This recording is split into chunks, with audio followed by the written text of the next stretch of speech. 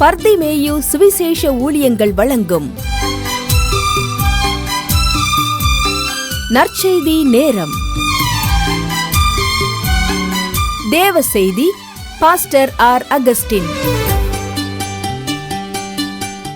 இந்த நாளில் உங்களோடு நான் பேசி வருகிறேன். இப்படி கொடிய காலம் வருவதற்கு முன்னே, எத்தனை கொடிய காலம்! சூரியன் சந்திரனில் மாற்றம், அன்பு தணிந்து போகிற காலம். அதே போல் எனக்கு அன்பானவர்களே, தத்தளிப்பு, ஆறுதல் சொல்லக்கூட ஒருத்தர் இல்லாமல் இப்படிப்பட்ட கொடிய காலம் வர்றதுக்கு முன்னே நாம் எதுக்கு தகுதிப்படணுமா? உங்களுடைய வேதாகமத்தை எங்கே இருந்தாலும் தயவு செய்து தேடி கையில் எடுத்து லூக்கா எழுதின சுவிசேஷம் 21ஆம் அதிகாரம் 36வது வசனத்துக்கு திருப்பிக் கொள்ளுங்க. திரும்பவும் லூக்கா 21:36. அப்படி எல்லாரும் தேடி எடுக்கிற வரைக்கும் படுமா. அல்லேலூயா. பாடுமே, இயேசு பாதம் சேருமே, அதில் பாவம் தீருமே. பாடுமே, இயேசு பாதம் சேருமே, அதில் பாவம் தீருமே.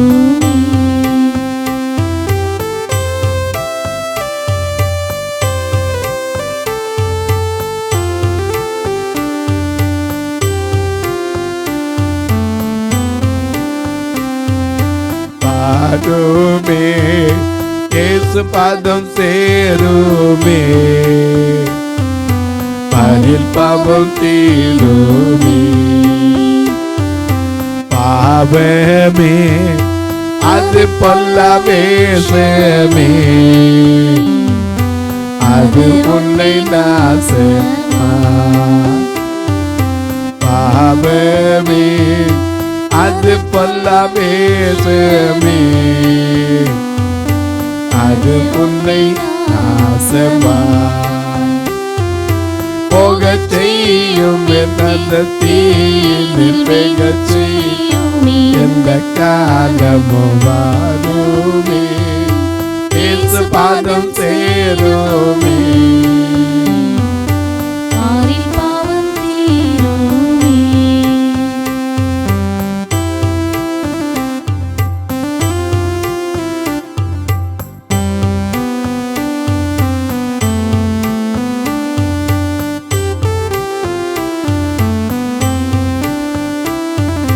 மரணமே நிந்தையா தீரமே,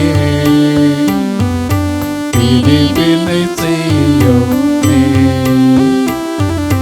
மரணமே நிந்தையா தீரமே, பிரிவினை செய்யுமே. தருணம் போக்காது கிருபை தாங்கியது, இது சமயம் கிடைச்சது. பாடுமே, இயேசு பாதம் சேருமே, அதில் பாவம் தீருமே. எல்லாம் எடுத்திருப்பீங்க. வாசிக்க சொல்லட்டுமா? லூக்கா 21:36 தொடர்ந்து வாசிக்க பார்க்கலாம். ஆகையால் இனி சம்பவிக்க அதெல்லாம் ஆகையால்னா என்ன? ஆகையால் 28ஆம் வசனத்தை வாசிங்க. இவைகள் சம்பவிக்க தொடங்கும் போது, இப்ப மேல காட்டின அன்பு தடிஞ்சு போகும், மாற்றங்கள் ஏற்படும் இல்லையா? அது மட்டுமல்ல, பஞ்சங்கள் கொள்ளை நோய்கள்லாம் வரும். இவைகளெல்லாம் வேதனைகளுக்கு ஆரம்பம். இந்த வேதனைகளுக்கு ஆரம்பமா இருக்கிற இவைகள் சம்பவிக்கும் போது உங்கள் மீட்பு சமீபமா மீட்பு பக்கத்துல வருதுன்னு அர்த்தம். நீங்கள் நிமிர்ந்து பார்த்து உங்கள் தலைகளை உயர்த்துங்கள் என்றார். ஏன்னா அதுல ஒரு காரியம், நாம எதுக்கு பாத்திரமாகணும், அதுக்கு அடையாளம் நிறைய சொல்லியிருக்கார். அதுல 36ஆம் வசனத்துல பாருங்க. ஆகையால் இனி சம்பவிக்க போகிற இவைகளுக்கெல்லாம். ஒரு நிமிஷம், இனி சம்பவிக்க போகிறேன்னு இருக்கு. இப்ப சம்பவிக்கிறதே தாங்க முடியுதா? இல்ல. இனி சம்பவிக்க போதான். இப்பமே என்னென்னலாம் சம்பவிச்சு, எத்தனை பெரிய கோடீஸ்வரன்லாம் வாரிக்கிட்டு போச்சு. ஏன்னா எசேக்கியேல் சொன்ன வார்த்தை நிறைவேறினது நீங்க மறக்க கூடாது. ஒரு தேசம் 14:13 ஒரு தேசம் கர்த்தருக்கு விரோதமாய் துரோகம் பண்ணிக்கொண்டே இருந்து பாவம் செய்தால் நான் அதற்கு விரோதமாக என் கையை நீட்டி அதில் அப்பம் என்னும் ஆதரவு கோலை முறித்து அதில் பஞ்சத்தை அனுப்பி மனுஷரையும் மிருகங்களையும் அதில் இராதபடிக்கு நாசம் பண்ணுவேன். எனக்கு அன்பானவர்களே, துரோகம் பண்ணிக்கிட்டே இருந்த ஆண்டவருக்கு பயமெல்லாம் போச்சுன்னா என்ன நடக்கும்? அவர் நம்மகிட்ட இறங்கி சண்டை ஓட்டுக்கிட்டு இருக்க மாட்டார். நம்ம மாதிரி அங்கேருந்து கையை நீட்டினா போதும். ஏன்னா அவருக்கு என்னது, ஒரு வார்த்தையிலே சுகம், ஒரு வார்த்தையிலே மதுரம், ஒரு வார்த்தையிலே எல்லாம் சந்தோஷம். ஏன்னா அவருக்கு ஒரு வார்த்தை போதும். வெளிச்சம் உண்டாகட்டும் சொல்லணும், உண்டாயிருச்சே. ஜலமெல்லாம் பிரிய கிடக்கணும்னு சமுத்திரமாச்சே. இந்த பூமி அழியட்டும் சொல்ல எவ்வளோ நேரம் ஆயிரும்? ஏன் சொல்லல? அவர் யாரு? இரக்கம் உள்ளவரே, மனதுருக்கம் உடையவரே, இரக்கம் உள்ளவரே, மனதுருக்கம் உடையவரே, நீடிய சாந்தம், பொறுமை, அன்பு நிறைந்து வாழ்பவரே, நீடிய சாந்தம், பொறுமை, அன்பு நிறைந்து வாழ்பவரே, இயேசு ராஜா ஸ்தோத்திரம், இயேசு ராஜா ஸ்தோத்திரம், ஸ்தோத்திரம், ஸ்தோத்திரமே, உயிருள்ள நாளெல்லாமே. ஐயா ஸ்தோத்திரமே, ஸ்தோத்திரமே, உயிருள்ள நாளெல்லாமே. ஐயா உயிருள்ள நாளெல்லாமே, ஐயா உயிருள்ள நாளெல்லாமே.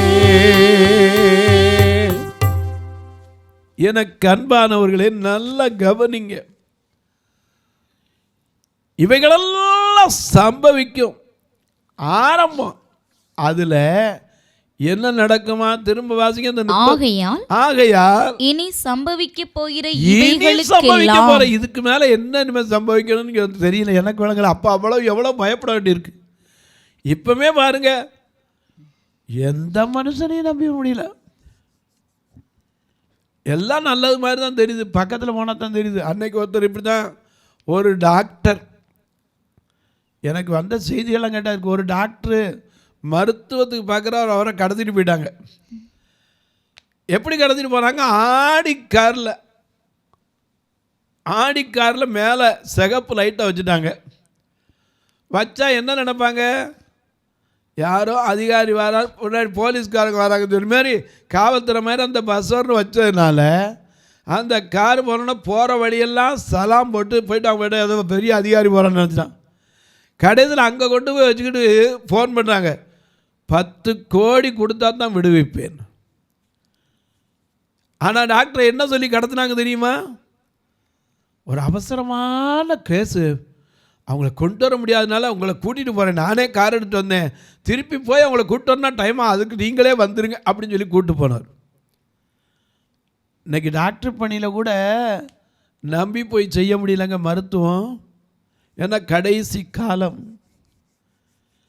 எங்கே பார்த்தாலும் ஏமாற்றங்கள் இருக்கிறது. ஆகையினால தான் இங்கே சொல்கிறாரு. என்ன சொல்கிறாரு? 36ஆம் வசனத்தை திரும்ப வாசிங்க. அழகான ஆகையால் இனி சம்பவிக்க போகிற இவைகளுக்கெல்லாம் நீங்கள் தப்பி மனுஷகுமாரனுக்கு முன்பாக நிற்க பாத்திரவான்களாக எண்ணப்படுவதற்கு எப்பொழுதும் ஜெபம் பண்ணி விழித்திருங்கள் என்றான். அதனாலதான் நம்ம ஜெபம் பண்ணி விழித்திருக்கணும். ஏன்னா இப்ப கார்கள்ல கூட வந்துருச்சு. என்ன கார்? ஆட்டோமேட்டிக். அன்னைக்கு ஒருத்தர் சொல்றாரு, நம்ம தூங்கினாலும் அது போகுங்க பிரதருங்கிறாரு. நான் சொன்னேன், அது போகும், நம்ம போக வேண்டிய இடத்துக்கு போகுமா? அதான் ஜிபிஎஸ் இருக்குல்ல பிரதர், போட்டு வச்சுட்டா ரைட்டில் லெஃப்டில் இன்னும் 300 மீட்டர் தள்ளி எல்லாம் சொல்லுது. சரிதான்ப்பா, என்னதான் இருந்தாலும் மிஷின் தான், மனுஷனுடைய மாதிரி மனுஷன் தான். ஏன்னா கடைசி காலத்தில் எல்லாம் வரும், ஆனால் அன்பு இருக்குமா? அதனால தான் அன்பு தணிந்து போகுமா. ஆனால் முடிவு பரியந்தம் நிலை நிற்பவனே ரட்சிக்கப்படுவானா. ஆகையினால நம்ம அந்த ரட்சிக்கப்பட்டவங்களுக்கு அடையாளம் என்ன? எத்தனை பிரச்சனை வந்தாலும் பின்னிட்டு பார்க்கிற அனுபவம் வரவே கூடாது. நீதிமொழிகள் 30:30 பாருங்க. சிங்கத்துக்கு ஒரு குணம் உண்டு. நீதிமொழிகளின் புஸ்தகம் 30ஆம் அதிகாரம் 30ஆம் வசனத்தை பாருங்க. மிக அருமையான மிருகங்களில் சௌரியமானதும் ஒன்றுக்கும் பின்னடையாததுமாகிய சிங்கமும் போர்க்குதிரையும். ஏன்னா எதுக்கு வந்தாலும் சரி அது எப்படி இருக்குமா? ஏசாயா 31:4 பாருங்க. அதுக்கு இன்னொரு விளக்கம் அழகா எழுதி வச்சிருக்காரு. ஏசாயா 31ஆம் அதிகாரம் 4ஆம் வசனத்தை பாருங்க. என்னுடனே சொன்னது, சிங்கமும் பாலசிங்கமும் தங்கள் இரையை பிடித்திருக்கும் போது தங்களுக்கு விரோதமாய் கூப்பிடுகிற திரளான மேய்ப்பரின் சத்தத்தினாலே கலங்காமலும் அவர்கள் அமளியினாலே பணியாமலும் இருக்கிறது போல சேனைகளின் கர்த்தர் சீயோன் மலைக்காகவும் அதன் மேட்டுக்காகவும் யுத்தம் பண்ண இறங்குவார். பின்னிட்டு பார்க்கவே மாட்டார். ஏன்னா அதுக்கு யாரையும் பிடிச்சிருச்சுன்னா எத்தனை மேய்ப்படு கத்துனாலும் சரி அது என்ன செய்யாது? கலங்காது. யூத ராஜசிங்கம் நம்மோடு இருக்கிறார், நாம ஏன் கலங்கணும்? எனக்கு அன்பானே ஒன்றை தெரிஞ்சுக்கங்க, அவருக்கு முன்னாடி நாம் நிற்கிறதுக்கு பாத்திரவான்களாய் ஆகும்படிக்கு அப்படின்னு அந்த வசனத்தை முடிங்க. 37 சேர்த்து வாசிங்க. நாம் எங்கே நிற்கணுமா? மனுஷகுமாரனுக்கு முன்பாக பாத்திரவான்களாக எண்ணப்படுவதற்கு எப்பொழுதும் ஜெபம் பண்ணி விழித்திருக்க வேண்டும். நாம தான் என்ன செய்யணும்? எச்சரிக்கையாக இருக்கணும். ஏன்னா எல்லாம் வரும், எல்லாம் கடைசி காலத்தில் நடக்கும். மனுஷருக்கு மனுஷர் விரோதம் வரும். அதனால தான் அங்கே ஆரம்பிக்கும் போதே சொல்றாரு, யுத்தங்களின் செய்திகளும் கேள்விப்படுவீங்க. மாமியாருக்கு விரோதமா மருமக நிற்பா, தகப்பனுக்கு விரோதமா பிள்ளைகள் நிற்கும், புருஷனுக்கு விரோதமா மனைவியே என்ன செய்வா? பிளான் பண்ணுவா, இவளை எப்படி அழிக்கணும். எல்லாம் கடைசி காலத்தில் நடக்கும், ஆனால் முடிவு வராது. எனக்கு அன்பானவர்களே, நல்ல கவனிங்க. மிக நமக்கு அழகாக எழுதி வச்சிருக்கார். ஆனால் இப்படிப்பட்ட காலத்திற்கு நம்ம பாத்திரவான் ஆகாதபடிக்கு நம்ம தடை பண்ணுறது என்ன தெரியுமா? அன்பு மட்டுமல்ல, பெருந்திண்டி. லூக்கா 21:34. உங்கள் இருதயங்கள் பெருந்திண்டியினாலும் செழிப்பு. இன்னைக்கு செழிப்பு வந்துருச்சுன்னா ஆண்டவர் எங்கே நிற்க தெரியுமா? வெளிப்படுத்தின விசேஷம் 3ஆம் அதிகாரம் 17 வாசிங்க. நீ நிர்பாக்கியம் உள்ளவன், பரிதபிக்கப்படத்தக்கவனும், தரித்திரனும், குருடனும், நிர்வாணியமாய் இருக்கிறதை அறியாமல் நான் ஐஸ்வர்யவான் என்றும் திரவிய சம்பன்னன் என்றும் எனக்கு ஒரு குறைவும் இல்லை என்று சொல்லுகிறபடியால் நான் நீ ஐஸ்வர்யவான் ஆகும்படிக்கு. ஐயா நல்ல கவனிங்க. அந்த ட்ரெஷரர் ஸ்டேட்மெண்ட் கொடுக்கிறார், எங்களுக்கு ஒரு குறையில நல்ல காணிக்கை வந்துச்சு, எல்லாம் இருக்கு, நாங்கள் ஐஸ்வர்யவான். அப்ப ஆண்டவர் எங்கே நிற்கிறாரு? அதே லவோதிக்கா சபையில தான் பார்க்கிறோம். 20ஆம் வசனத்துல இது வாசற்படியில செழிப்பு வந்துச்சுன்னா ஆண்டவர் எங்க போய் நிற்பாரு? வாசலுக்கு போயிடுவார். எனக்கு அன்பானவர்களே, ஒன்றை நம்ம தெரிந்து கொள்ளுங்க. பெருந்திண்டியினாலே என்னையா சொல்கிறீங்க? சொல்கிறது புரியலைங்க. கொஞ்சம் யோசிச்சு பாருங்க. லூக்கா எழுதின சுவிசேஷம் 12ஆம் அதிகாரம் 16ஆம் வசனத்துக்கு உங்களுடைய வேதத்தை திருப்புங்க.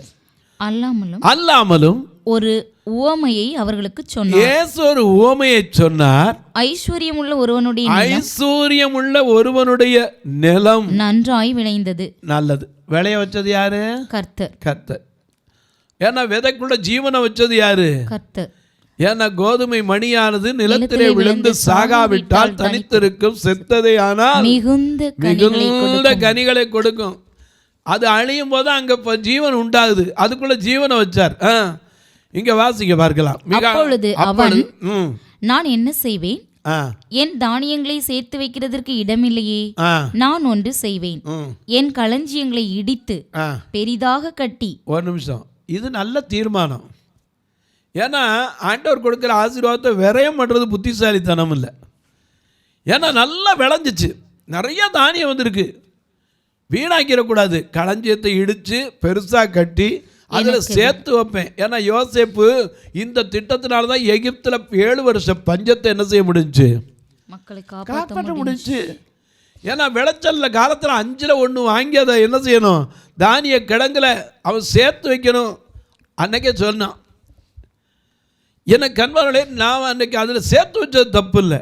ஆனால் களஞ்சியத்தை இடிப்பேன், பெருசாக கட்டுவேன், எனக்குரிய எல்லாவற்றையும் சேர்த்து வச்சுக்கிட்டு என்ன சொல்லுவேன்? ஆத்துமாவே. என்னது ஆத்துமாவே? ஆத்மாவுக்கு என்ன சோறு தெரியும்? மனுஷனுக்குள்ள இருக்கிற ஆத்மா அறிவில்லாமல் இருப்பது நல்லதல்ல. ஏன்னா அதனால தான் நாம சரீரமே உன் ஆண்டவரை துதின்னு பாடல. என்ன பாடுறோம்? ஆத்துமாவே. ஆத்துமமே என் முழு உள்ளமே ஆண்டவரை தொழுதேத்து நாள்வரை அன்பு வைத்தாதரித்து ஆண்டவரை தொழுதேத்து போற்றிடும் பானோ கூதல துள்ளோ சாத்துதற்கரிய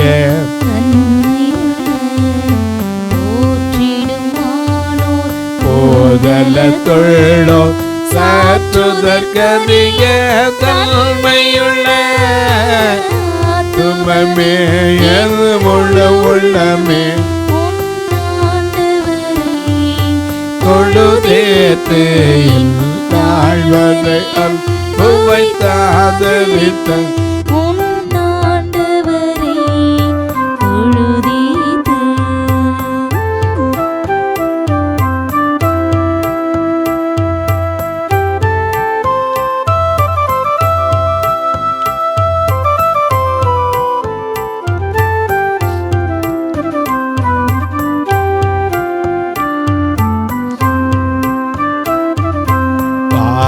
நோய் துன்பம் மாற்றி அனந்த ஓதரம் கைசை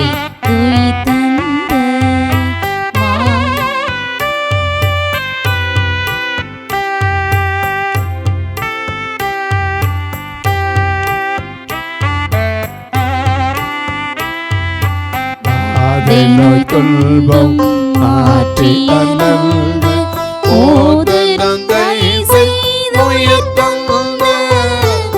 ஆத்துமமே முழு உள்ளமே உன் ஆண்டவரை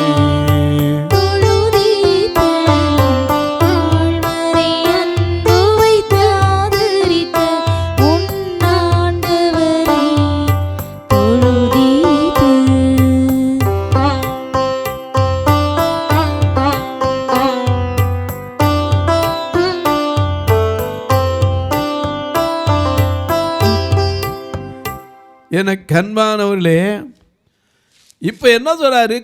எல்லா தீர்மானம் நல்லதுதான். ஆனா என் ஆத்மாவே உனக்காக. ஆத்மாவுக்காக சேர்த்து வச்சு என்ன இது பிரயோஜனம்? நல்லா தின்னா தொந்தி வரும். நிறைய பேருக்கு அதான காலையில் நடக்க முடியல. இங்கே பாரு, என் ஆத்மாவே நீ உனக்கு அநேக நாட்களுக்கு என்ன செஞ்சிருக்கேன்? வருஷங்களுக்கு அநேகம் பொருட்கள் சேர்த்து வச்சிருக்கிறேன். நீ இளைப்பாரி புசித்து குடித்து பூரிப்பாயிரு என்று என் ஆத்துமாவோடு குடிக்கிறது எதுக்காக? சரி எதுக்கு? ஆனா இங்க யார்கிட்ட பேசுறாரு? ஆத்துமா. அதனாலதான் ஆத்மாவை பார்த்து சொல்றாரு, நீ புசித்து குடித்து பூரிப்பாயிரு அப்படின்னா என்று தனக்குள்ளே சொல்லிக் கொண்டான். அப்பதான் கேட்டுச்சு, மதிகேடனே உன் ஆத்துமா உன்னிடத்திலிருந்து இந்த ராத்திரியிலே எடுத்துக்கொள்ளப்படும், அப்பொழுது நீ சேகரித்தவைகள் யாருடையதாகும் என்றார். சரி, 20ஆம் வசனத்தை வாசிங்க.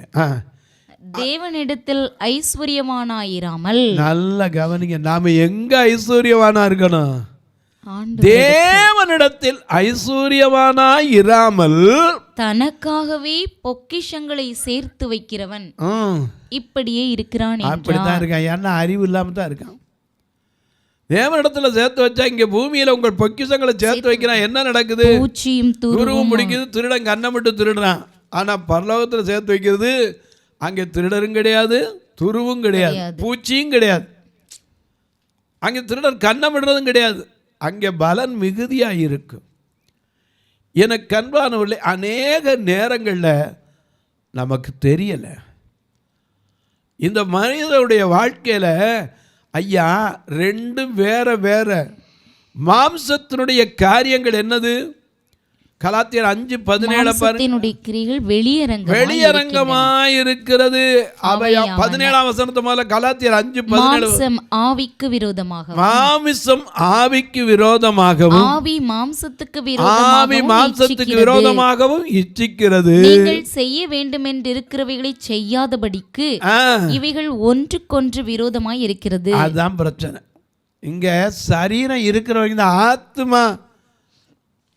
எனக்கு அன்பான முப்பரிமாணம் உள்ளவன் மனிதன், ஆவி ஆத்மா சரீரம். ஆமா, ஆனா எதை பார்த்து தான் சொல்றோம்?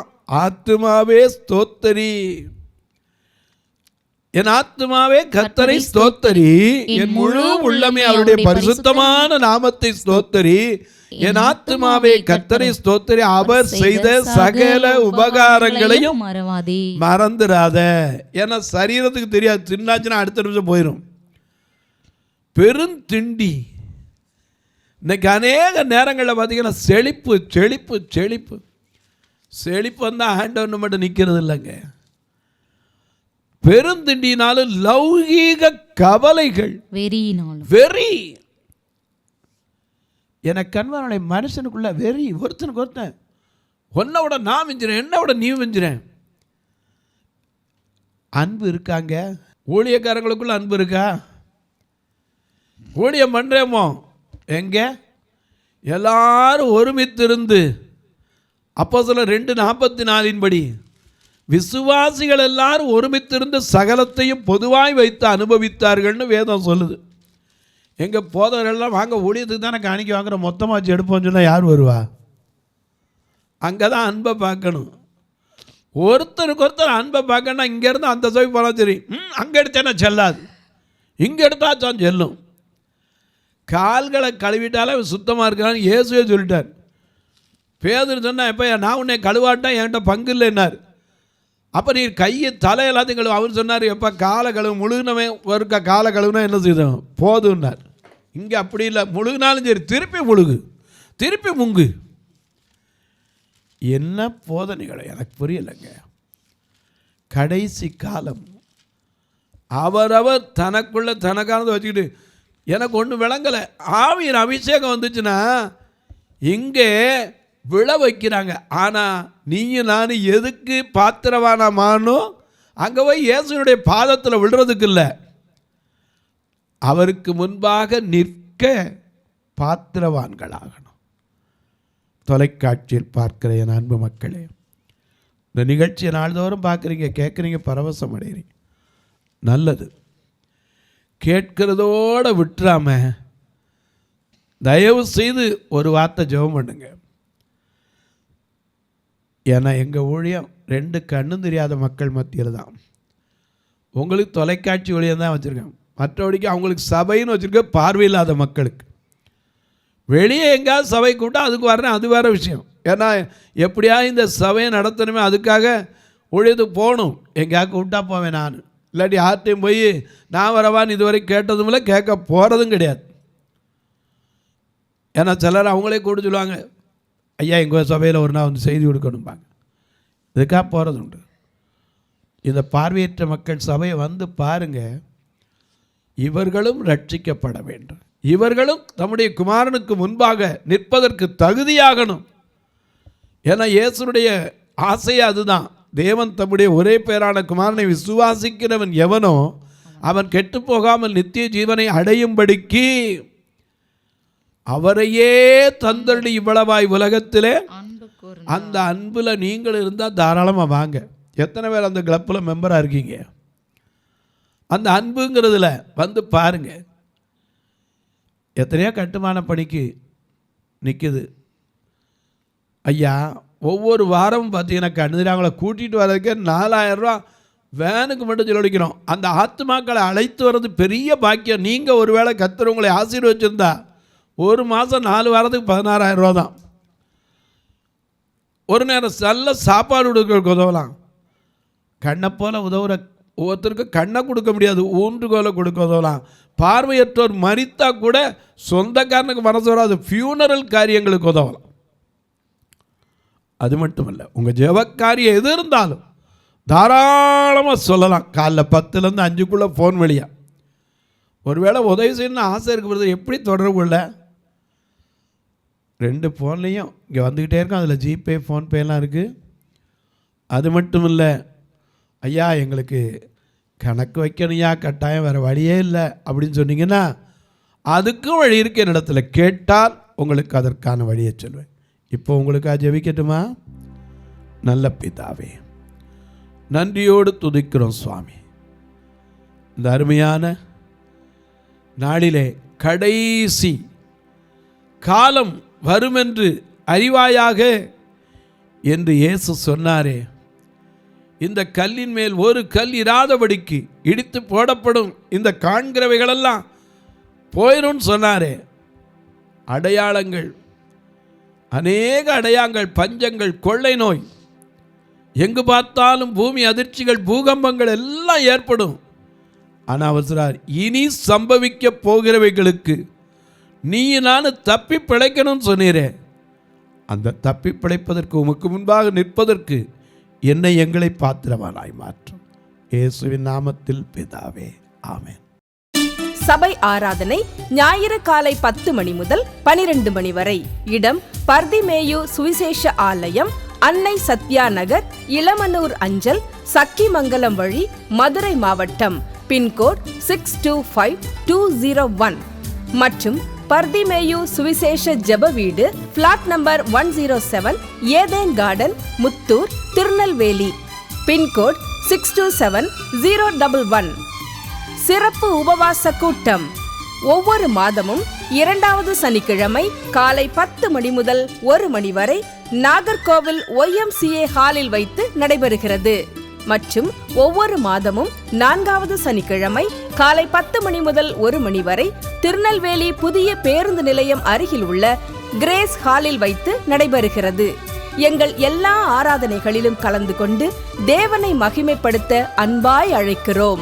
உங்கள் உதாரத்துவமான காணிக்கைகளினால் இவ்வூழியத்தை தாங்க விரும்பினால் R Augustine, account number 5021364331, IFSC code IDIB 000B066, Indian bank, BP Kulam, Madurai. GPay number 9842181917, BGM ministries மற்றும் 9442559772, பிளைண்ட் மினிஸ்ட்ரீஸ் அகஸ்டின். உங்கள் தொடர்புக்கு பாஸ்டர் ஆர் அகஸ்டின், பர்திமேயு சுவிசேஷ ஊழியங்கள், நாகமலை, புதுக்கோட்டை, மதுரை 625019. தொலைபேசி எண்கள் 9842181917 மற்றும் 9442559772. கர்த்தர் தாமே உங்களை ஆசீர்வதிப்பாராக.